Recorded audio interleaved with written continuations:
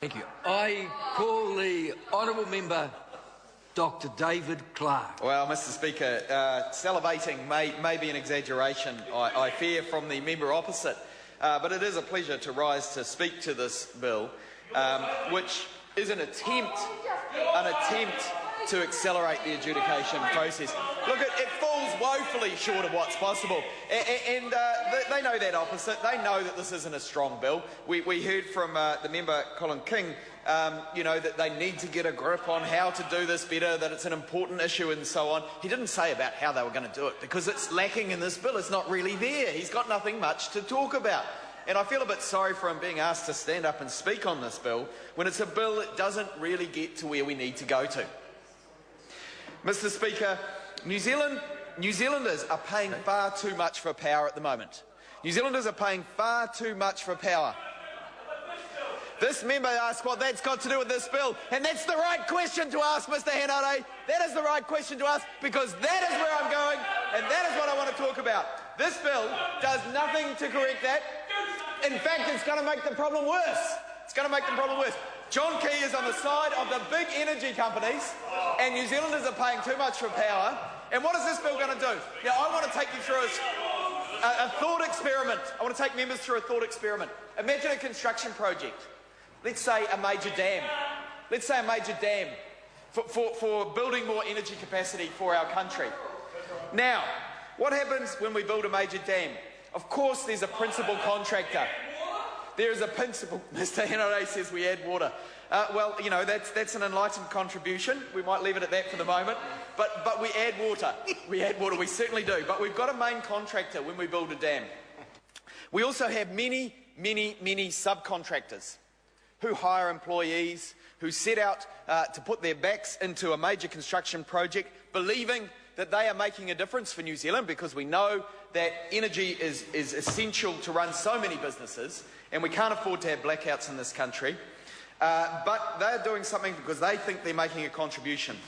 The sad thing is that those energy companies are still going to charge too much, because the model's broken, because this government has done nothing to correct for the rising power prices, when the rest of the world's power prices have remained flat since the recession. They've been rising in New Zealand, rising faster than inflation for a very long time, and this government is on the side of the energy companies. John Key says we're paying what's appropriate for power. Well, no New Zealander knows that too. That's true.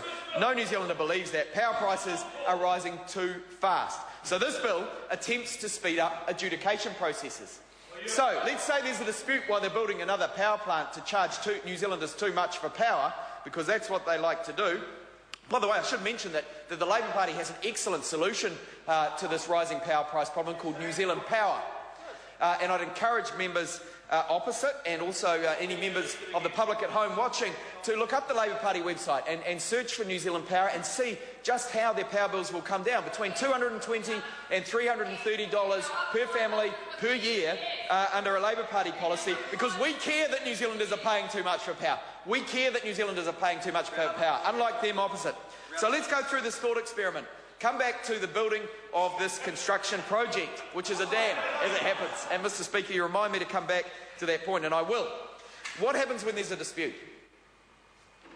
Well, currently, silence opposite. Many of the members opposite don't understand what would happen. They're wondering what would happen. They know the power prices will go up. They're embarrassed about it. But what actually happens is that there is an adjudication if there's a dispute. And currently, the small players, the subcontractors, end up settling because they can't afford to be without cash. Now, this is a very real problem in our economy. The little guy always gets squeezed. We've seen it with Mainzeal, and several speakers have referred to Mainzeal beforehand. Now, this bill is an attempt, and it is an attempt to address a serious problem, and that is why the Labour Party will be supporting it to select committee. Now, the adjudication of disputes is the material covered in Clause 11 of Part 2 of the bill, and it lays out the compliance with the Act, it lays out the appointment of an adjudicator, how a pre-adjudication conference would work, how the response to the adjudication claim would work, how the special provisions for adjudication, if approved, for charging over order or sought by claimant, how that would all work, You know, there are serious matters dealt with in this bill under these clauses, but it will not work. That is the point, Mr. Speaker. That's what's wrong with this legislation. It needs some serious work. That's why we're sending it to Select Committee, so it can have the serious work it needs to actually make a difference. Now, we have proposed a solution to these issues. Labor is consulting on two options. Clayton Cosgrove's done some very good work on this, my colleague, the Honourable Clayton Cosgrove. One is contractors' liens, and the other is the statutory construction trusts proposal. And we're taking these options out to the industry for assessment and comment. We as Labor Party people can see that the solutions so-called by this government proposed are not going to work. So we are developing a response. From opposition, we're trying to help these guys out. They cannot seem to find a way through. Maybe they don't want to.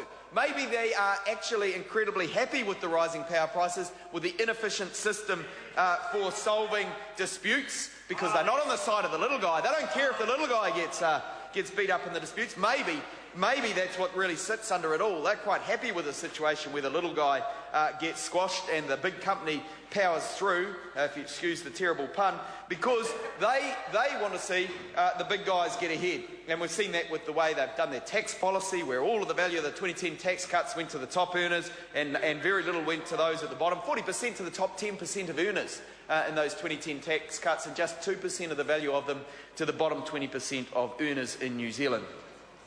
But this bill provides an opportunity for Labor to highlight that we're already taking steps to ensure that subcontractors are protected and paid for the work they've done in the event of a construction company collapse. We've seen it with Mainzeal. It's the subcontractors that are hit the hardest when a construction company fails. Subcontractors are nearly always the last in the queue. They're the last in the queue, the creditor queue, and they often miss out on the money they're owed. So this process, where they're trying to reach an agreement so they get some of the cash as quick as they can, settle because they can't do the court costs, all of those things, it really doesn't solve the problem. This is a halfway measure. It's a halfway kind of typical National Party solution. They want to be seen to be doing something. They want to be seen to be doing something in this area because, you know, the public recognise it's a problem. It's typical timid National Party policy. Now, if we look at the Labor solutions, the New Zealand Power one I've already talked about, the way in which the power price is rising will be tackled by Labor. Again, you see the same thing in the housing affordability area. You hear Nick Smith talking a big game, but only Labor has a plan to build 10,000 houses a year to address this housing problem.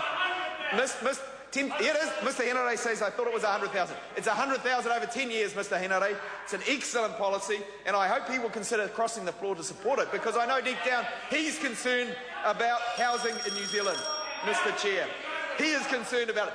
Opposite, there are members, earnest backbenchers, hard-working backbenchers, who are embarrassed to support these halfway measures because they realise that this is about an issue of fairness. It's about fairness for the little guy, making sure those subcontractors are not the last ones at the queue, are not the ones who are missing out. Well, the thing I would say to them is, those ones that share that concern, it's a real concern to share. But there are ways of doing something about it. There are ways of doing something about it, as the Labor Party had demonstrated, the contractors' liens and the statutory construction trusts. So we're going around the country talking with the industries, actually engaging with them, saying what would work for you. How do we make sure that the little guy is looked after? How do we make sure that you get the money that's owed to you and you're not done over by the major contractor who secures the big end of the deal? The big end of the deal. The ones who are making all the money, the ones who are charging the high power prices that Mr Key thinks are just fine for New Zealanders. We're on the side of those small businesses that are trying to grow because they are the heart and soul of our economy. Those small businesses, ordinary New Zealanders working hard every day because they think it's the right thing to do and because they want to improve our economy. But this government, it won't even address the fundamentals. It won't put pro-growth tax reform through. It won't look at universal KiwiSaver. It won't address monetary policy. Everything is stacked against small business. Those exporters who want to actually help address the balance of trade deficit that New Zealand suffers under. Worst current account deficit in the developed world. Worse than Greece now, and projected to be worse than Greece for a long time to come. These things all hurt small businesses because cost of borrowing goes up.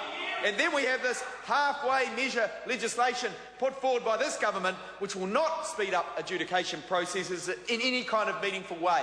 And what we see is people wanting to be seen to be doing something but not actually to do anything. They don't want to do anything Mr. Speaker, and that's the problem with this government. They're not prepared to tackle the big issues. They're not prepared to tackle power prices that are crippling businesses. They're not prepared to tackle housing affordability. And here, they are not prepared to attack the issue of proper adjudication processes. Thank you, Dr. Clark. What a pleasure it is to rise and speak to this.